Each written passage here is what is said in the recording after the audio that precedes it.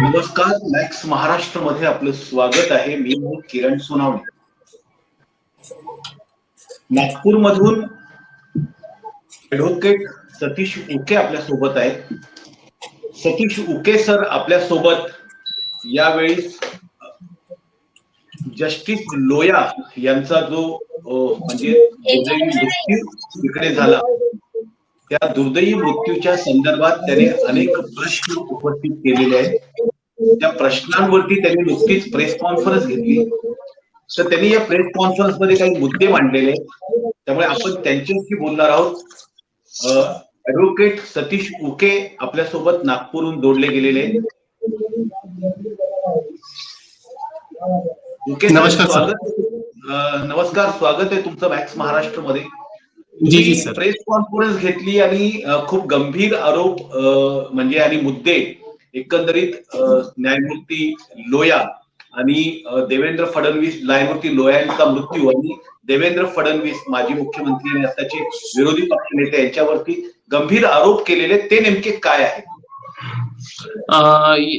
न्यायमूर्ती लोया यांच्या सन 2014 मध्ये झालेल्या मृत्यू प्रकरणामध्ये आम्ही केलेले आरोप जे आहे की आमचं असं म्हणणं आहे की देवेंद्र फडणवीस यांच्या सरकारच्या कार्यकाळामध्ये जे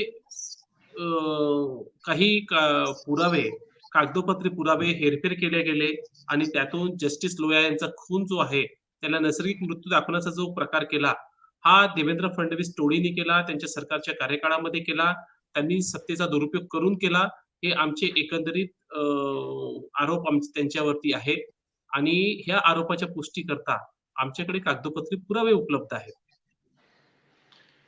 तुम्ही ज्यावेळेस दावा करतात किंवा देवेंद्र फडणवीस यांच्या विरोधात तुमच्याकडे पुरावे आहेत, किंबहुना जस्टिस लोया यांचा जो मृत्यू झाला तो संशयास्पद आहे, अशा पद्धतीचं तुम्ही विधान करतायत, तर त्या निमित्ताने तुमच्याकडे नेमके काय पुरावे आहेत आणि कशा पद्धतीनं तुम्ही मग आतापर्यंत तुम्ही या संदर्भामध्ये कुठेही वाच्यता केली नाही आणि आता सरकार बदलल्याच्या नंतर तुम्ही आता त्या संदर्भात बोलताय, तर यामागे मुद्दामून असं काही कटकरस्थान तर नाहीये ना?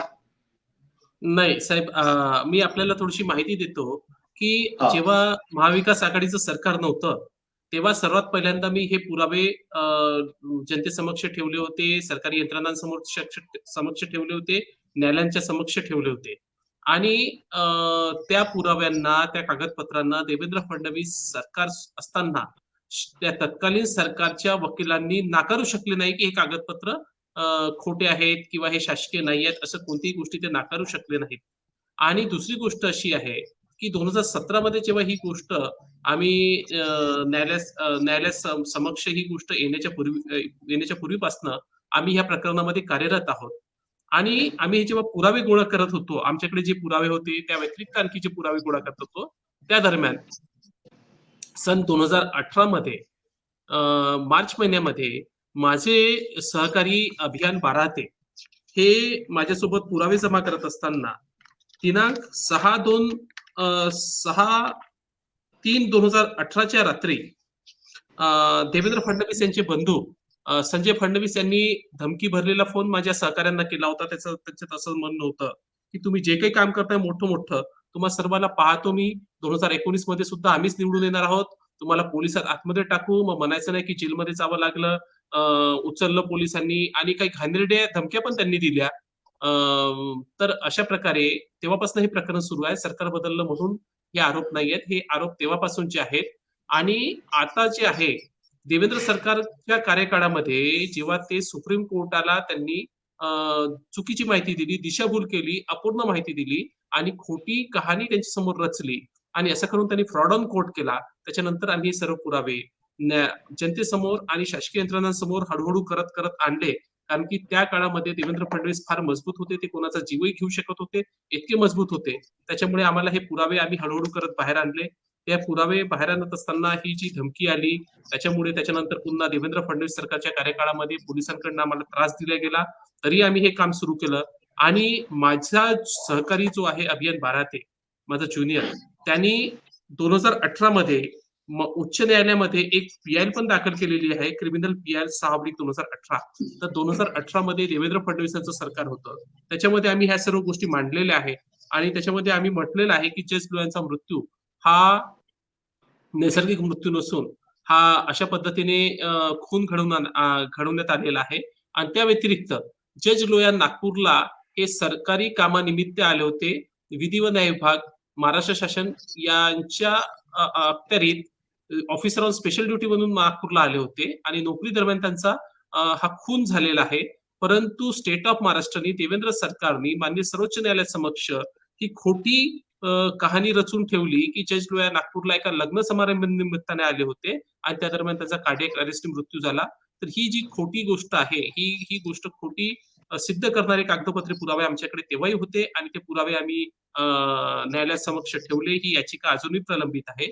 आणि महत्वाची गोष्ट म्हणजे तो जो पेपर आहे विधी व न्याय विभागाचा, ज्याच्या अंतर्गत जज लोया हे नागपूरला सरकारी कामानिमित्त आले होते आणि हे विधी व न्याय विभाग हे देवेंद्र फडणवीस यांच्याकडेच होतं तेव्हा. तर ही फाईल सुद्धा फडणवीस सरकारने तेव्हा डिस्पोज ऑफ करून टाकली होती, डिस्ट्रॉय करून टाकली होती, पोलिसांच्या ताब्यात दिली नव्हती. ही सुद्धा गोष्ट आम्ही लोकांच्या समक्ष माहितीच्या अधिकारात मिळवलेल्या माहितीवरनं आणून दिलेली आहे.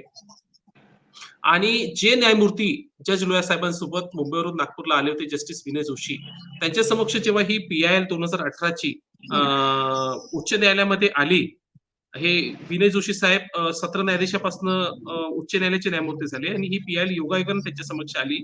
तेव्हा जस्टिस जोशी साहेबांनी हे पत्र पाहून ती पिटिशन नॉट बिफोर मी केली. म्हणजे एक प्रकारे त्यांनी अधोरेखितच केलेलं आहे की त्यांना ह्या बाबतीची माहिती आहे आणि ते त्यांच्या सोबत सरकारी कामानिमित्त महाराष्ट्र शासनाच्या नागपूर येथे आले होते आणि ह्या सर्व कागदपत्र पुरावे 2017 पासून आमच्याकडे आहेत. हे काही आज अचानक आम्ही उपस्थित केलेलं नाही. प्रश्न असा येतो की ते लग्नाला आले की किंवा सरकारी कामानिमित्तानं आलं, पण कार्डियक अरेस्ट त्यांना लग्नाला आल्यानंतर सुद्धा येऊ शकतो आणि सरकारी कामाच्या निमित्ताने सुद्धा येऊ शकतो.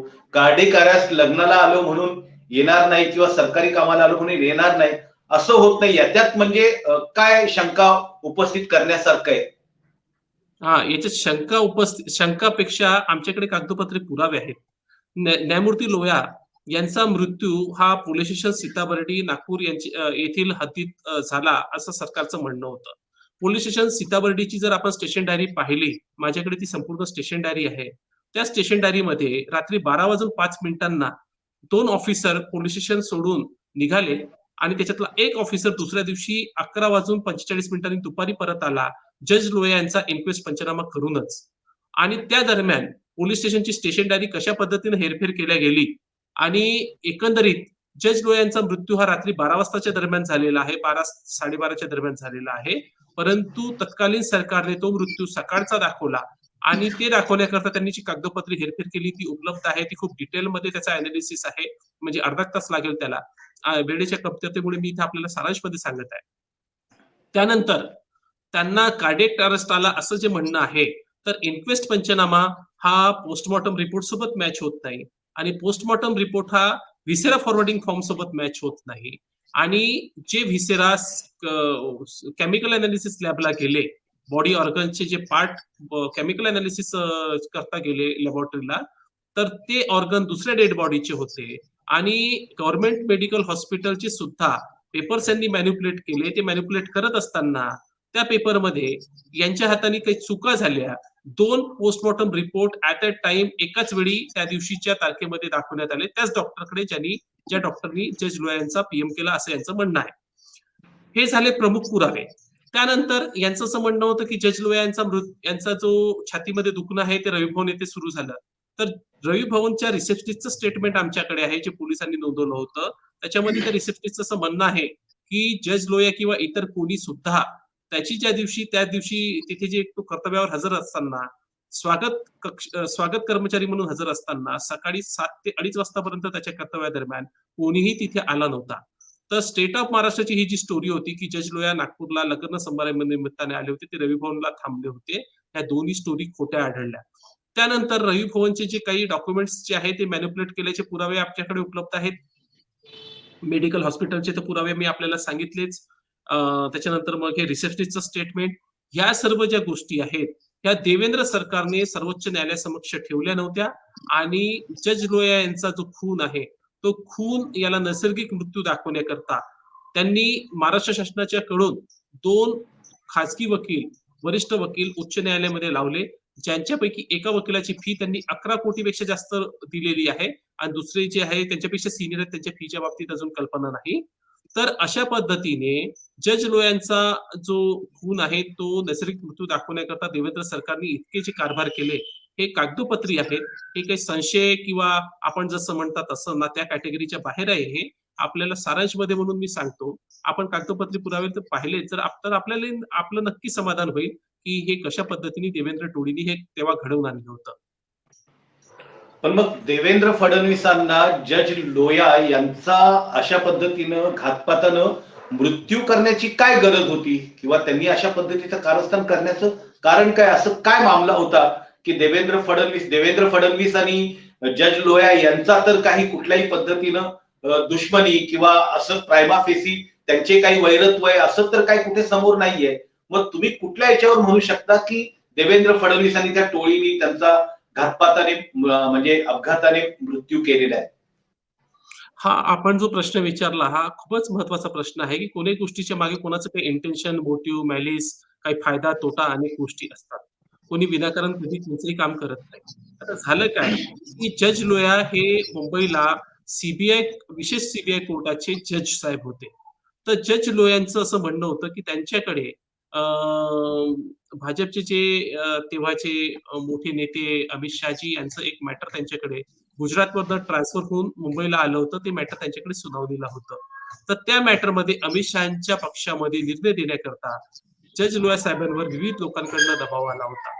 त्यामध्ये देवेंद्र फडणवीस यांचा पण कुठे कुठे अनेक ठिकाणी सहभाग होता. देवेंद्र फडणवीसच्या संबंधित लोकांचा सहभाग होता.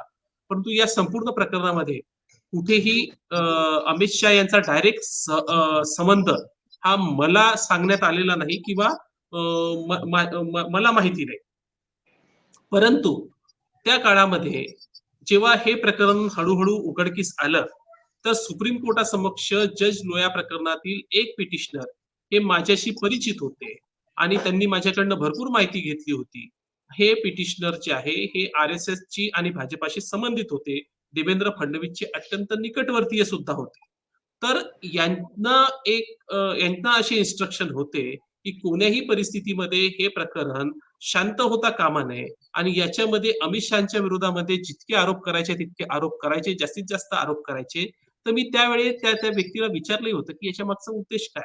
तर त्यांनी सांगितलं होतं की हे इन्स्ट्रक्शन जे आहे हे राष्ट्रीय स्वयंसेवक संघाचे जे दुसरे प्रमुख व्यक्ती जे आहेत भैयाजी जोशी त्यांचे डायरेक्शन्स आहेत.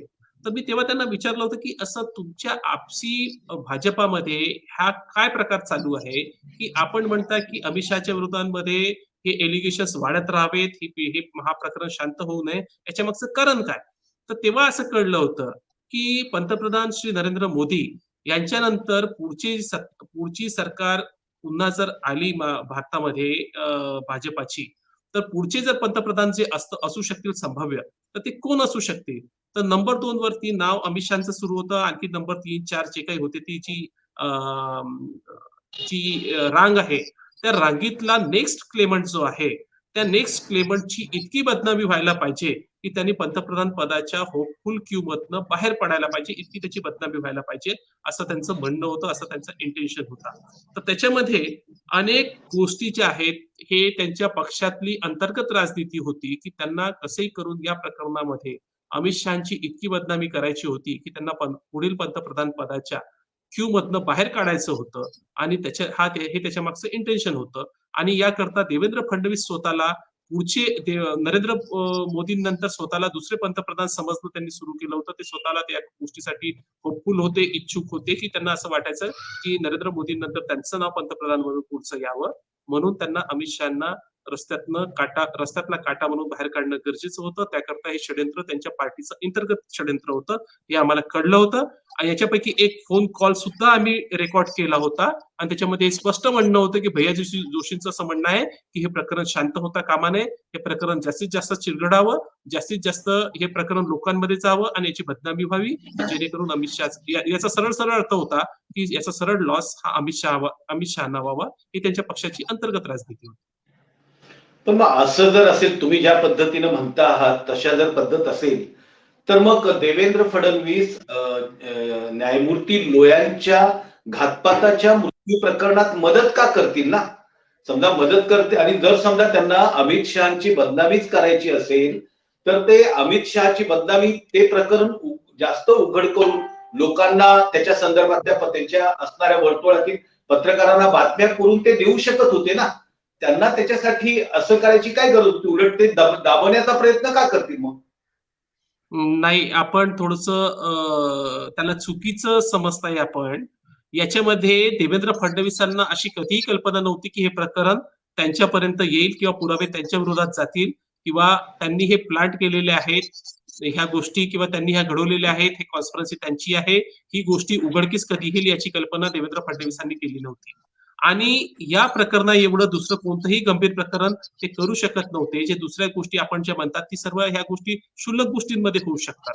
या प्रकरणामध्ये त्यांना ही बदनामी न्यायालयाच्या माध्यमाने, न्यायालयात असलेल्या प्रकरणांच्या माध्यमाने आणि सोशल ओपिनियनच्या माध्यमाने त्यांना बदनामी हवी होती. तर त्याच्यामध्ये हा त्यांचं कॅल्क्युलेशन आहे, त्यांची कॉन्स्पिरन्सीची की त्यांनी काय स्ट्रॅटेजी रचली होती. त्यांनी काय स्ट्रॅटेजी ते रचू शकत होते, काय रचू शकत नव्हते, हा भाग नाही इथे ऑप्शन्सचा किंवा प्रोबॅबिलिटी पाहण्याचा. जे त्यांनी केलेलं आहे आणि जे पुरावे उपलब्ध आहे त्या आधारे मी बोलतो. आता बघा त्याच्यामध्ये गृह खातं जे आहे ते देवेंद्र फडणवीसांकडे होतं. विधी व न्याय विभाग देवेंद्र फडणवीसांकडे होतं. जेव्हा विधी व न्याय विभागाच्या पत्रांवरनं जस्टिस लोया यांना नागपूरला बोलवण्यात आलं होतं. तर जज लोया नागपूरला आल्यानंतर आणि हे प्रकरण झाल्यानंतर पोलीस स्टेशन सीताबर्डीनी पोलीस स्टेशन डायरी मॅनिप्युलेट केली. ते गृह खातं फडणवीसांच्या हाती. हे जे विधी व न्याय विभागाचं जे पत्र होतं आणि ही जी सर्व फाईल होती, ही फाईल डिस्ट्रॉय करण्यात आली. पोलिसांनी जप्त केली नाही आणि जेव्हा मग आम्ही या विषयावर विचारणा केली, त्या खात्याकडे आमच्याकडे त्या पत्राची कॉपी होती जी जस्टिस लोया साहेबांनी आम्हाला हँडओव्हर केली होती. तर तेव्हा त्या विभागाने कबूल केलं की हो हे पत्र आमच्या कार्यालयाचं आहे, परंतु ही फाईल वर्षभरानंतर आम्ही डिस्ट्रॉय केली. आता गोष्ट अशी आहे की जर पोलीस यंत्रणेने बरोबर काम केलं होतं असं देवेंद्र फडणवीसांचं म्हणणं होतं तेव्हा सुप्रीम कोर्टासमोर देवेंद्र फडणवीस सरकारचं म्हणणं होतं. तर मग ही फाईल मुदतीमध्ये जप्त का झाली नव्हती, जेणेकरून सत्य परिस्थिती बाहेर आली असती. तर याच्यावरनं स्पष्ट दिसून पडतं की इथे पुरावे मिटवले गेले. पोलीस स्टेशन सीताबर्डीची स्टेशन डायरी मॅनिप्युलेट केल्या गेली, तिथे पुरावे मिटवल्या गेले, हेरफेर केल्या गेले. त्याच्यानंतर गव्हर्नमेंट मेडिकल कॉलेजला पीएम रिपोर्ट, इन्क्वेस्ट पंचनामा आणि व्हिसेरा फॉरवर्डिंग फॉर्म याचं विवरण मॅच होत नाही एकमेकांशी. व्हिसेरा दुसरं डेड बॉडीचं पाठवल्या गेला असं त्याच्यावरनं स्पष्ट दिसून येतं. हे सुद्धा डेलिबरेटली केल्या गेलं. त्यानंतर रवी भवनला त्यांनी असं थेरी दिली होती की रवी भवनला ते राहिले, परंतु रवी भवनच्या रिसेप्शनिस्टचं जे बयान आहे जे पोलिसांनी नोंदवलं होतं, हे बयान मान्य सर्वोच्च न्यायालयासमक्ष ठेवण्यात आलेलं नाही. मी आतापर्यंत जेवढ्या गोष्टी आपल्याला सांगितल्या ही तथ्य परिस्थिती मान्य सर्वोच्च न्यायालयासमक्ष ठेवण्यात आलेली नाही. तर हे काम कोणी केलं? तर देवेंद्र सरकारने केलं. देवेंद्र सरकारनेच विधी व न्याय विभागामार्फत विशेष वकील नेमले सर्वोच्च न्यायालयामध्ये, ज्याची फी 11 कोटीपेक्षा जास्त दिली. हे कामही देवेंद्र फडणवीसांनी केलं. तर याच्यामध्ये देवेंद्र फडणवीसांचा प्रत्येक ठिकाणी हा रोल दिसून येत आहे आणि ही त्यांना जी स्ट्रॅटेजी सुचली, त्यांना जी स्ट्रॅटेजी वाटली, जे कॉन्स्पिरन्सी त्यांनी केली त्या अनुषंगाने केलेला. ते काय करू शकतात हा गोष्ट दुसरा, हा प्रश्न, ही गोष्ट दुसरी.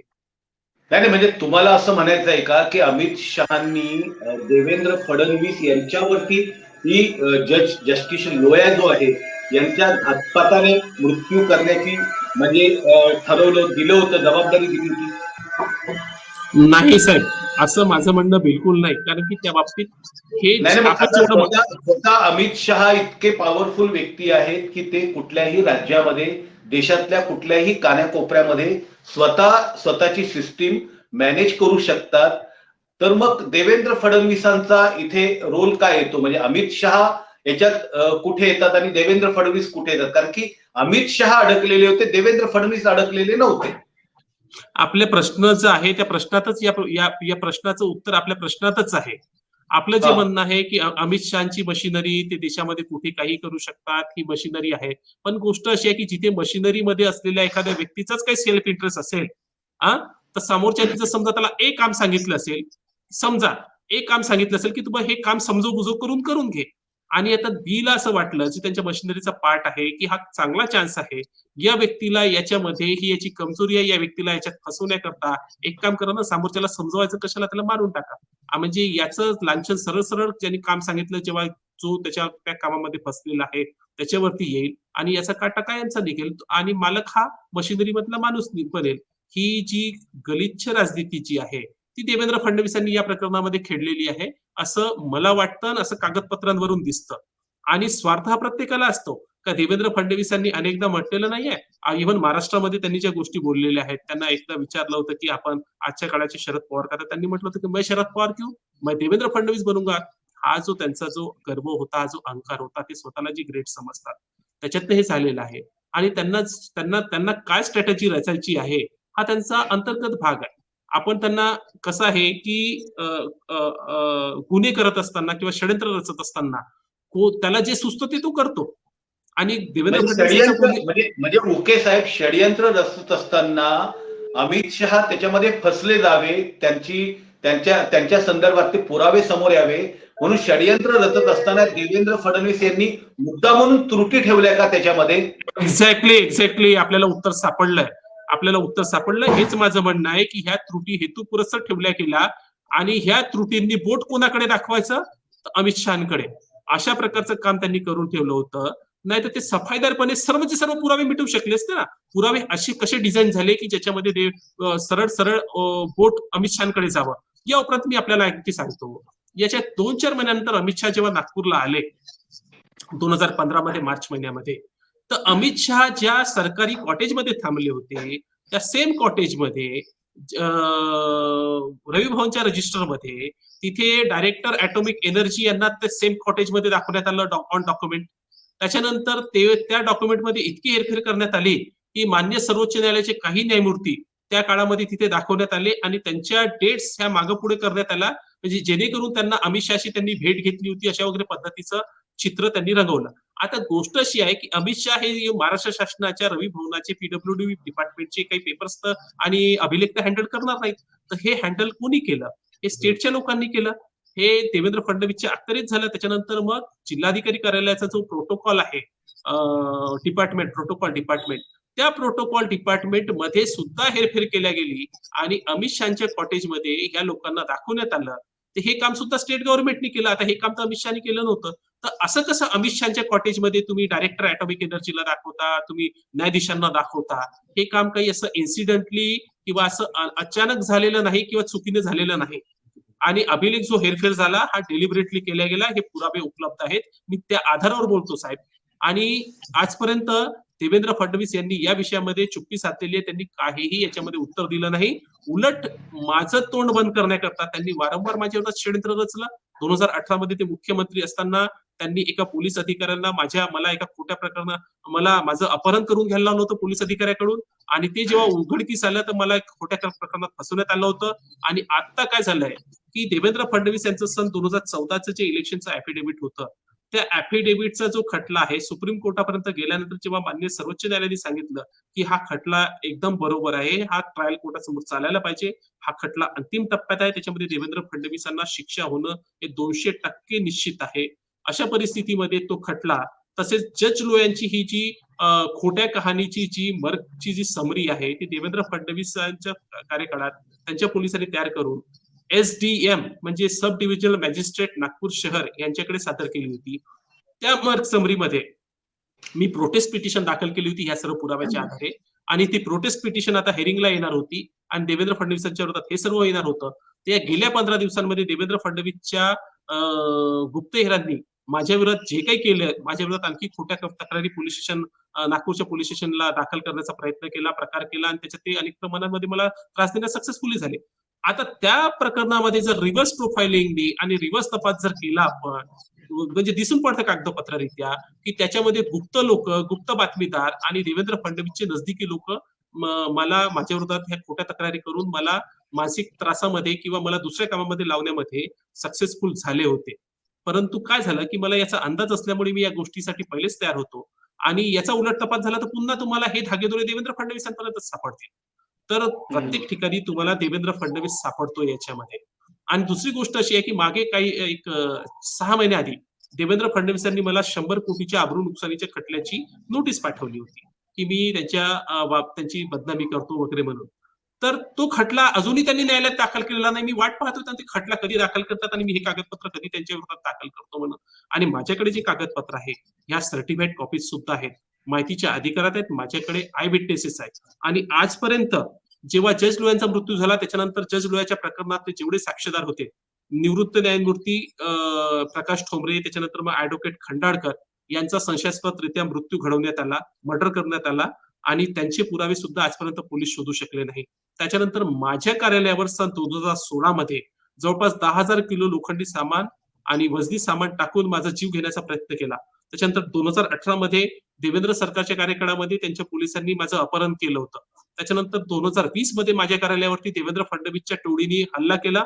मी माझ्या कार्यालयात नव्हतो, तर तेथील उपस्थित असलेल्या एका व्यक्तीचा त्यांनी जीव घेण्याचा प्रयत्न केला.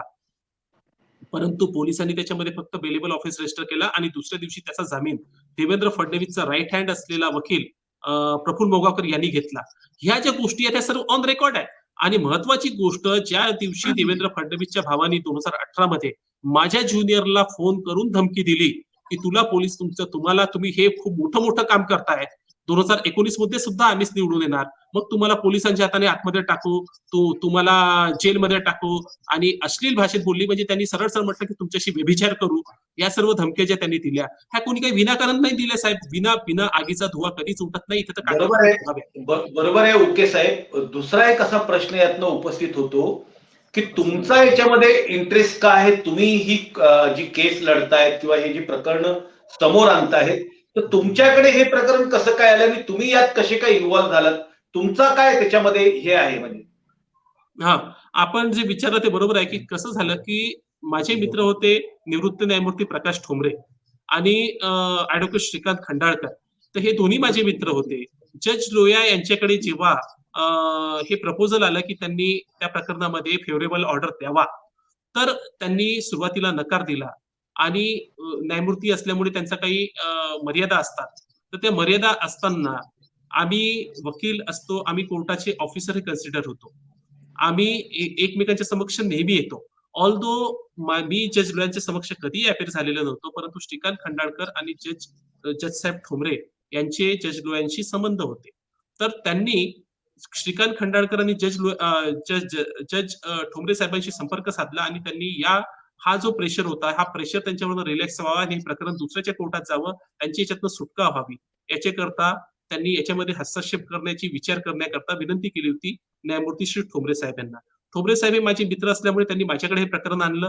मग आम्ही अनेक वकील मिळून पुण्याला आम्ही जस्टिस कोळशे पाटील यांच्याकडे गेलो. आम्ही त्यांना सांगितलं की साहेब असं आहे प्रकरण आणि या प्रकरणामध्ये काय करता येऊ शकेल आपल्याला की जेणेकरून जज लोया ह्या सर्व भानगडीपासून दूर राहतील. तर जस्टिस कोळशे पाटलांनी मला सल्ला दिला की आपण दिल्लीला प्रशांत भूषण साहेबांकडे जाऊन त्यांना विचारावं.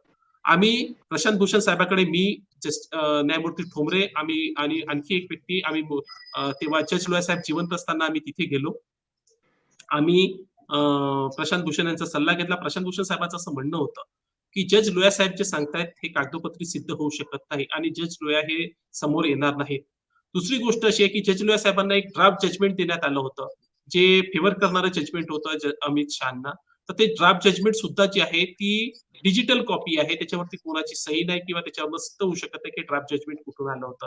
तर अशा परिस्थितीमध्ये आपण न्यायालयासमक्ष जाणं म्हणजे स्वतःच्या पायावर धोंडा पाडून घेणं आणि जज लोया सुद्धा न्यायालयासमक्ष आपल्या मदतीला येणार नाही. अशा परिस्थितीमध्ये आपला हसव होणार अशा प्रकारची सल्ला त्यांनी दिली होती. आणि त्यावेळेचे फ्लाईटची तिकीट, जिथे आम्ही थांबलो, हॉटेल, तिथल्या सर्व गोष्टी आमच्याकडे आहेत. ते पुरावे आमच्याकडे आहेत. तेव्हाचे साक्षीदार, आम्ही दिल्लीला गेल्याचे साक्षीदार जिवंत आहेत. तर या अशा परिस्थितीमध्ये असताना जज लोयांनी जी माहिती आम्हाला दिली होती आणि जेव्हा ते नागपूरला आले होते त्या दरम्यानची माहिती त्यांनी दिली आणि हे जे विधिवत आयोगाचं पत्र आम्हाला हँडओव्हर केलं होतं, या व्यतिरिक्त आणखी पुष्कळचे पुरावे हँडओव्हर केले होते, तर ते सर्व आमच्याकडे सुरक्षित आहेत. तर जज लोयांनी आम्हाला एक ऑफिसर ऑफ कोर्ट म्हणून मदत मागितली होती या सर्व प्रकरणापासून. त्याच्यामुळे आम्हाला हे प्रकरण माहित होतं. आणि त्यामध्ये आता जेव्हा जज लोया साहेबांचा मृत्यू झाला त्याच्यानंतर मग आम्ही या प्रकरणामध्ये घाबरून गेलो होतो. मग त्याच्यानंतर लगेच काही दिवसानंतर वकील साहेब खंडाळकरांचा मृत्यू झाला. त्याच्यानंतर मग ठोंबरे साहेबांचा मृत्यू झाला. माझ्या ऑफिसवरती हल्ले झाले. म्हणजे जज लोया साहेबांचं आमच्यासोबत आलेला संपर्क हा देवेंद्र फडणवीसच्या गुप्तहेर टोळीला माहीत पडला होता. त्याच्यातून हे सर्व मृत्यू घडण्यात आले. ठोंबरे साहेबांचा, खंडाळकर साहेबांचा आणि माझा जीव घेण्याचा वारंवार प्रकार करण्यात आला. माझ्या ज्युनियरला देवेंद्र फडणवीसच्या भावाने धमक्या दिल्या. तर ही जी सिक्वेन्स आहे हे परिस्थितीजन्य पुरावे आणि सरळ पुरावे हे दोन्ही पद्धतीचे पुरावे रेकॉर्डवरती उपलब्ध आहेत आणि सध्या सुद्धा कंटिन्युअस तेव्हापासून मला ज्या पद्धतीने देवेंद्र फडणवीसच्या लोकांनी त्रास दिला या विषयावर धरून आता गेल्या 15 दिवसात जे काही ते खोटे गुन्हे त्यांच्या लोकांनी माझ्या विरोधात खोट्या फिर्यादीतून दाखल करून घेतले याच्या उलट तपासामध्ये हे सर्व ऑटोमॅटिक प्रूव्ह होऊ शकतं. तपास आता त्याच्यातला जो महत्वाची गोष्ट आहे की जो तपास अधिकारी होता जज लोयांच्या प्रकरणातला तो तपास अधिकारी यंग असताना त्याला नागपुरातून मराठवाडा येथे बदली करून देण्यात आलं. त्याचा तिथे मृत्यू सेम पद्धतीने झाला ज्या पद्धतीने जज लोयांचा झाला. तो तरुण होता कारण की त्याच्या हाताखालून हा तपास गेला होता आणि भविष्यात त्यांनी नावं सांगितली असते की त्यांनी ती खोटी समरी का लिहिली आणि खोटी घटना त्यांनी का लिहिली जी सुप्रीम कोर्टासमोर त्यांनी मांडली. त्याच्यानंतर पीडब्ल्यूडी विभाग जो आहे जे रवी भवनला हँडल करतं हा पीडब्ल्यूडी विभाग संपूर्ण देवेंद्रची बहीण जी आहे बहीण जी होती मंजुषा दीक्षित हिच्या हाताखाली काम करायचा तिचा कंट्रोल होता त्याच्यावरती. मंजुषा दीक्षितनी रवी भवनच्या इंजिनियर्स कडून सर्व हे रेकॉर्ड्स मॅनिप्युलेट करून घेतले. ती पूर्ण पीडब्ल्यूडी विभाग चालवायची देवेंद्रच्या वतीने आणि आता रिटायर झाल्यानंतर ती अमेरिकेला स्थायिक झालेली आहे. तिथे यांनी देवेंद्र फडणवीसांनी केलेले अनेक घोटाळे शेकडो कोटी तिने भारतातून ह्या अमेरिकेत आणि परदेशामध्ये ट्रान्सफर झालेल्या क्रिप्टोकरन्सीच्या माध्यमाने याचे अनेक परिस्थितीजन्य पुरावे आमच्याकडे आहेत आणि पीडब्ल्यूडी विभागाला हे जे जज लोया प्रकरणामध्ये अभिलेख हेरफेर करण्याचं पारितोषिक म्हणून जे अधिकारी त्याच्यात होते त्या सर्वांना देवेंद्र फडणवीसांनी कायद्याविरोधात जाऊन प्रमोशन दिलं आणि याची सुद्धा आमच्याकडे कागदोपत्री पुरावे आहेत. तर आम्ही जे काही बोलतो साहेब त्याच्या मागची भरपूर मोठी परिस्थिती आहे. बिना पुराव्याचं आम्ही बोलत नाही या प्रकरणामध्ये. तुम्ही ही सगळे जे प्रकरण आहे ते लावून धरत आहात पण मग आता प्रेसच्या समोर किंवा प्रसार माध्यमांच्या समोर येण्याचं कारण काय आणि तुमचा त्याच्या मागचा हेतू मागणी काय आहे एकंदरीत या प्रकरणात?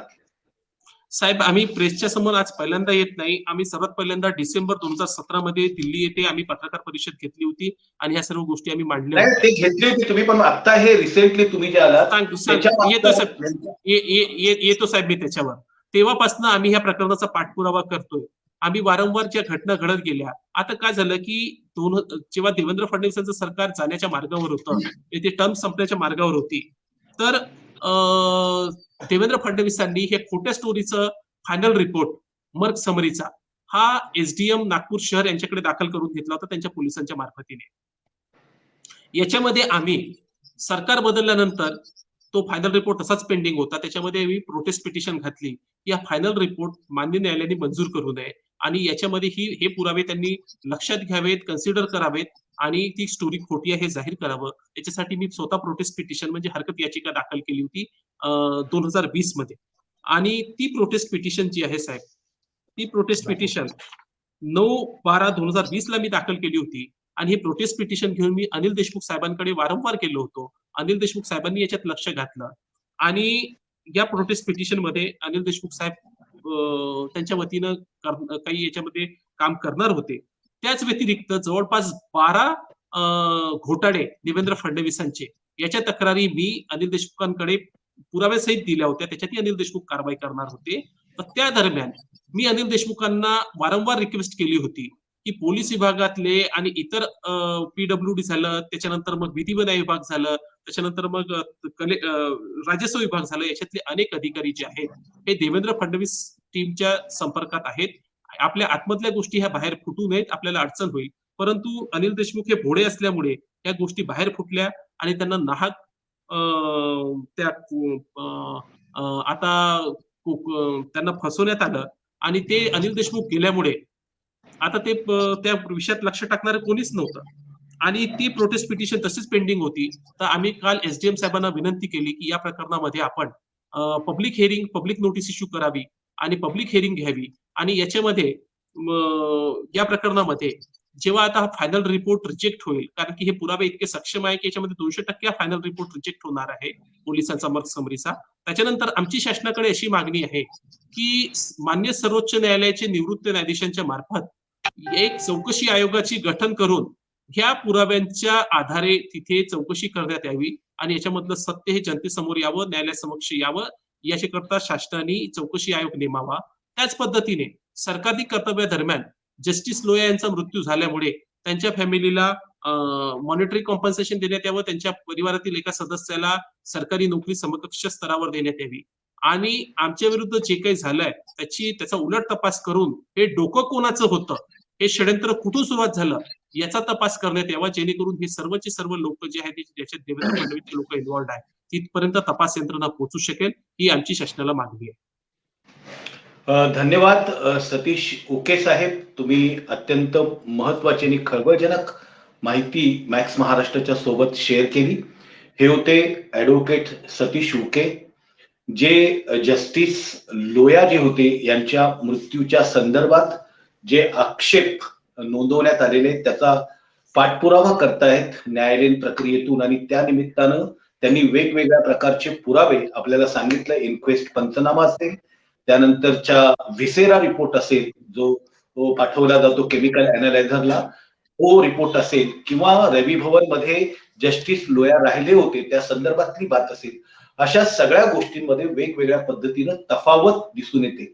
आणि ही तफावत त्यांनी आरोप करताना असं सांगितलं की देवेंद्र फडणवीस यांनी ही मुद्दा म्हणून तशा पद्धतीच्या त्रुटी त्यांनी त्या ठिकाणी ठेवलेल्या आहेत आणि त्या त्रुटी ठेवण्यामागे त्यांचं राजकीय षडयंत्राचं, राजकीय खेळीचा मुद्दा होता. तुम्ही ही सगळी बातमी पाहत आहात, तुम्हाला नेमकं या संदर्भात काय वाटतं तुम्ही नक्की कमेंट्स बॉक्समध्ये लिहा आणि पाहत राहा मॅक्स महाराष्ट्र, आवाज महाराष्ट्राचा. धन्यवाद.